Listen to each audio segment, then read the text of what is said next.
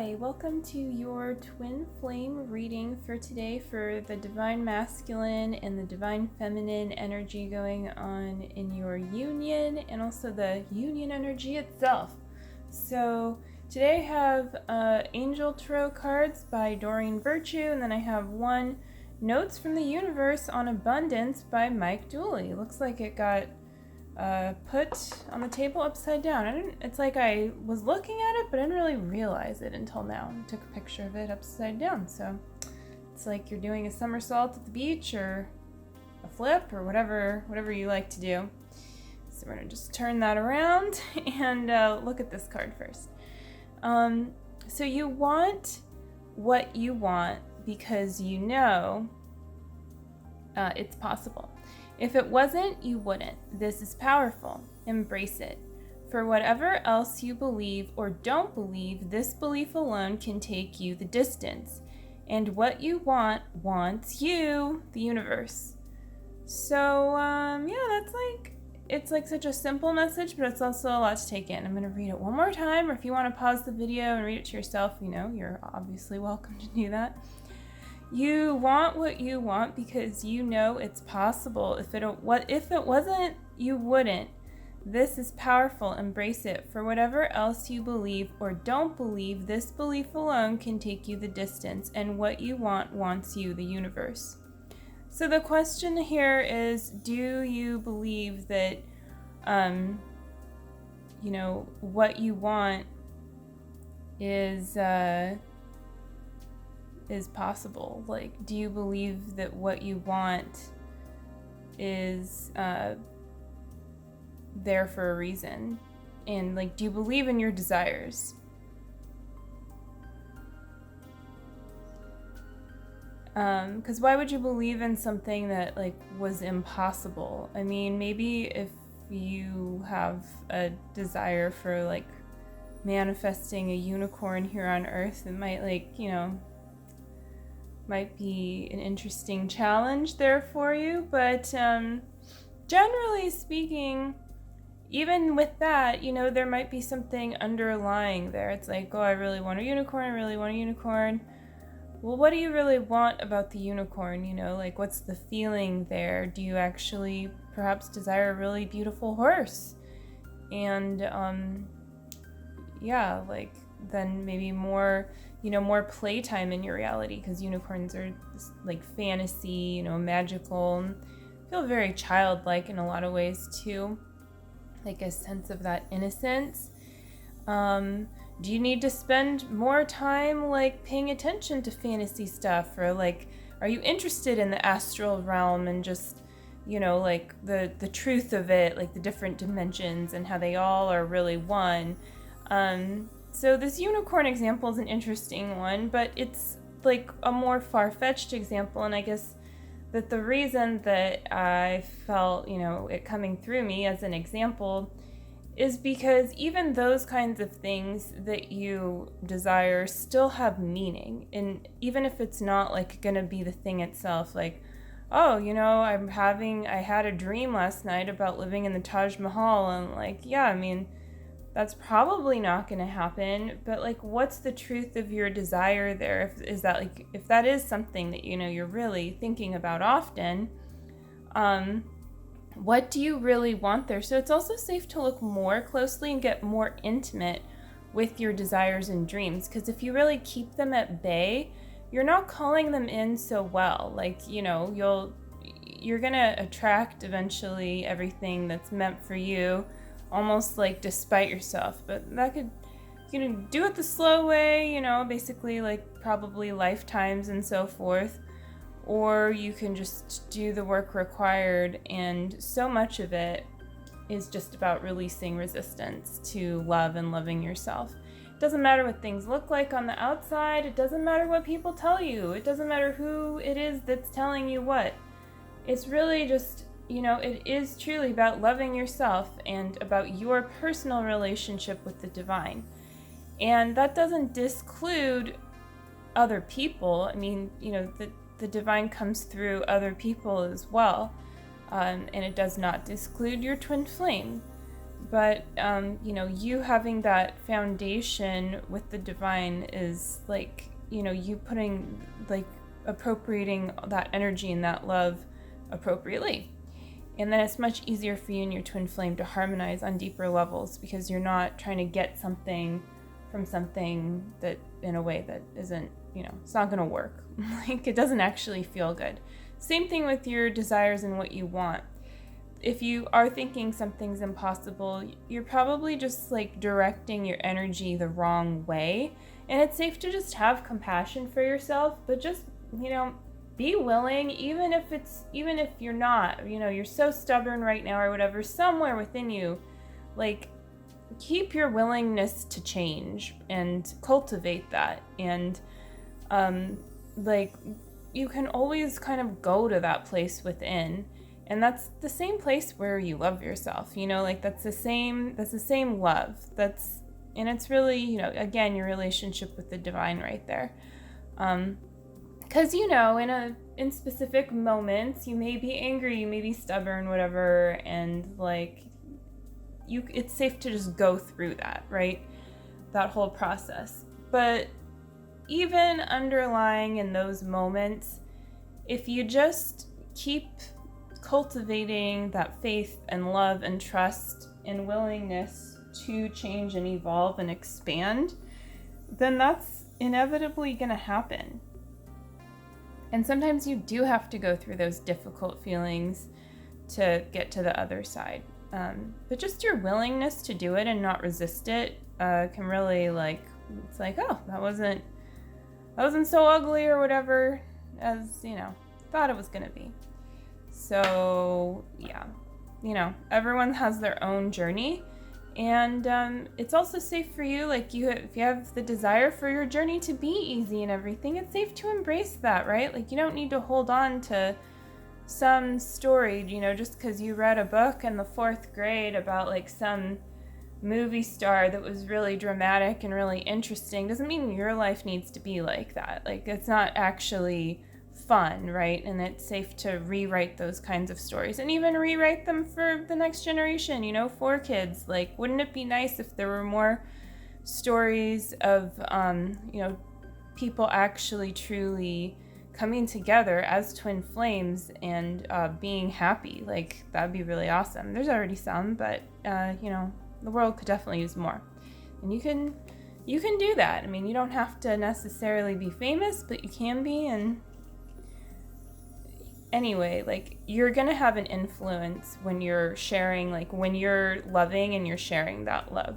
And it doesn't matter, like, who your particular group is that you're sharing that with, but just that you do that is really gonna help you call in more love into your life too, because you're desiring to have an even deeper relationship with love itself. So, okay, cool, interesting. Almost feels like somehow a tangent or something, but it's totally relevant. It's all relevant. So let's move on to these cards. The Divine Masculine, Queen of Fire.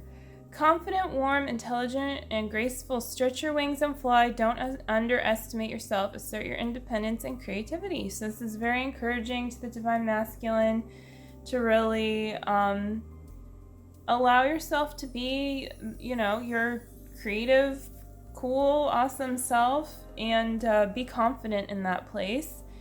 And it's also safe to appreciate the Divine Feminine for, like, her part in that too, and her own way of like, what, exuding this is a good word, yeah. This creativity. And so it's safe to tap into that place. And oh no, you might feel your twin flame in that place even stronger, because there's a lot of passion around creating. And yeah, it's safe to feel that, and that's also going to actually, like, help you with your creative process, and probably going to help you create stuff that people are more interested in, right? Because you're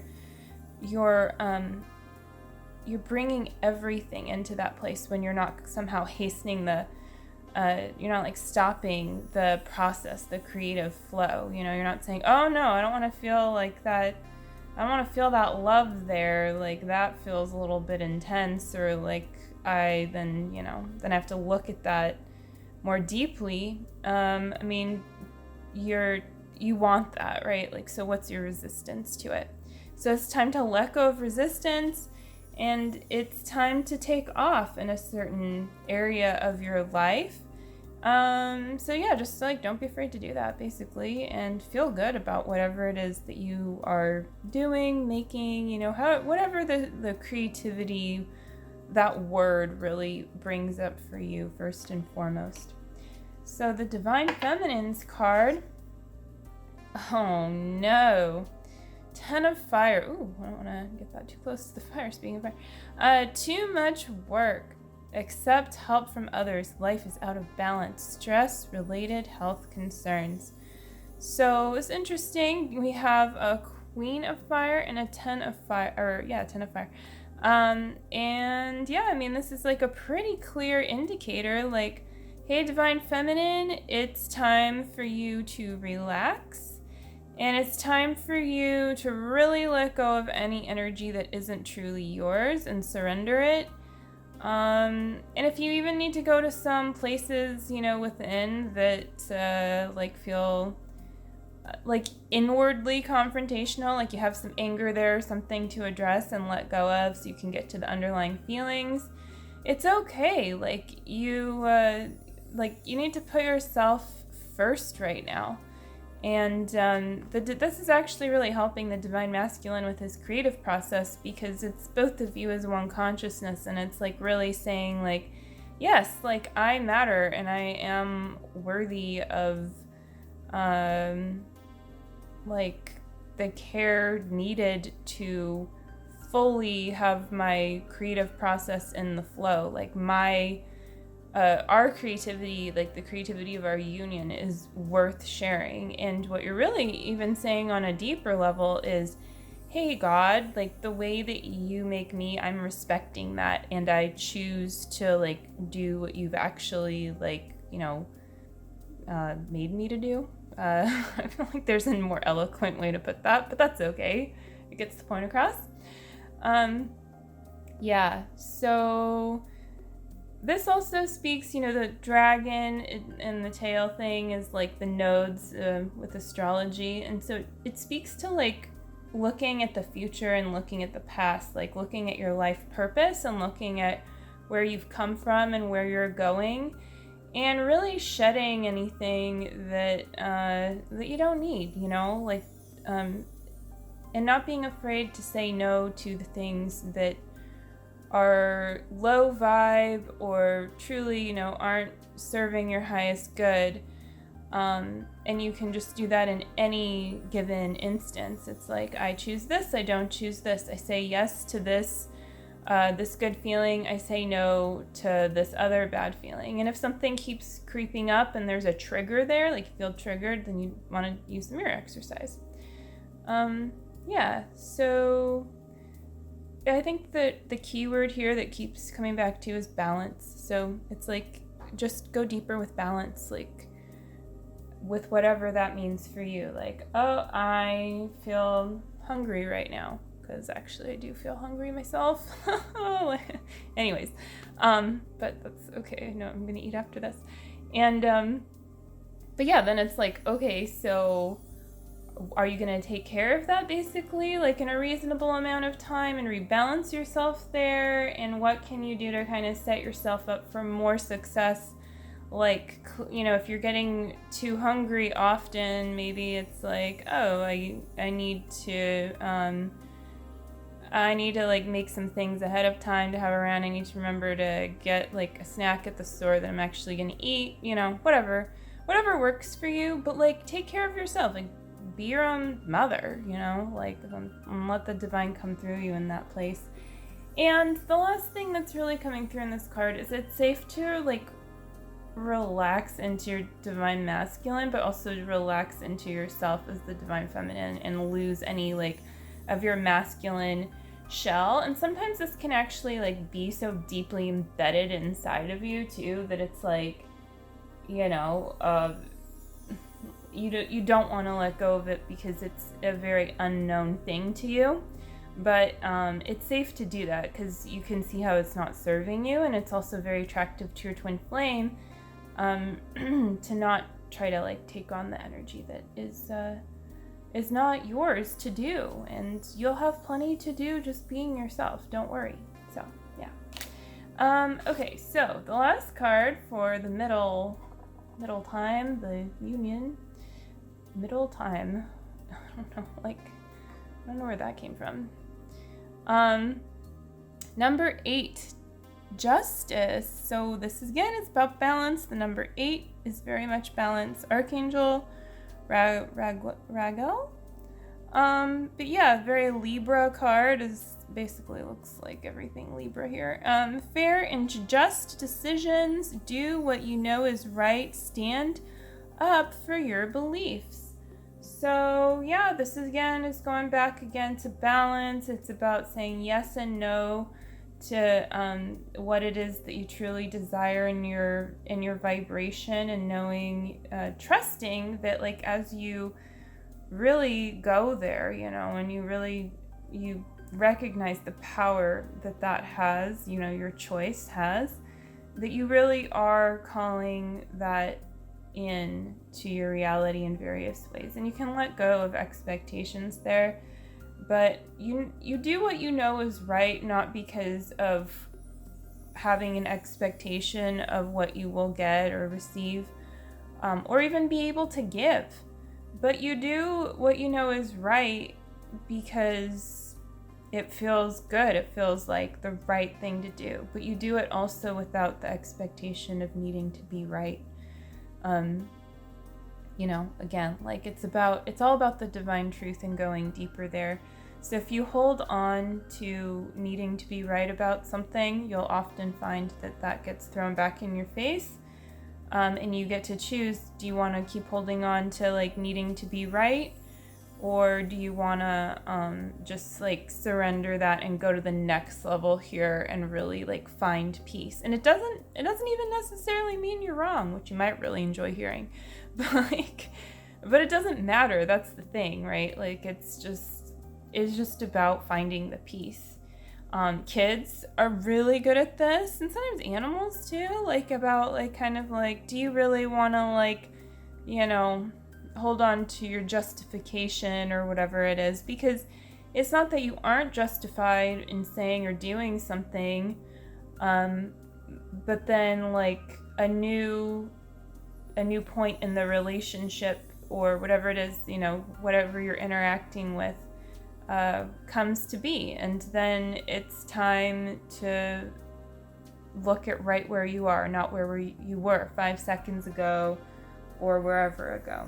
And at the same time, you can still take everything into account that is reasonable and logical, as long as it's like really based in, it's grounded, it's based in love. I mean, you can try to make anything logical, and some of that's gonna be ego trying to like, make sense of stuff. So that's not like a real thing, but nonetheless, like until ego is completely cleared out of your consciousness, and even as you go deeper with that, it's very loud, and there's a lot of things that are where it's ingrained, right? So the clearer you get on just loving yourself, the easier it is to spot that ego and be like, oh, no, thank you. And sometimes you have to go right up against the ego to like finally see it, because it tries to hide. It's like sneaky. Again, it's not really real, so you don't want to like over personify it, but it's helpful. So yeah, basically, also this card, since I was saying Libra earlier, well, Libra is very much about relationships, right?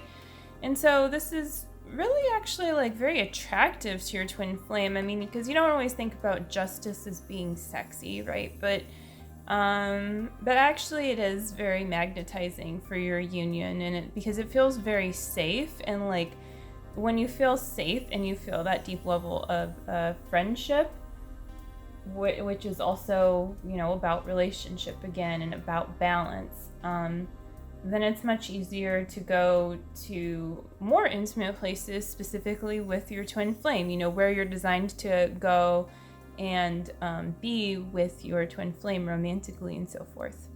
So that's cool. And that's going to conclude the reading. So check out the links below. You can always book an intro session with me. And there's also links for other great resources. Subscribe to my channel if you haven't yet, and definitely like the video. So yeah, we're almost at the weekend. I will have another reading out again for you, like tomorrow probably. Yeah. All right, take care. Bye.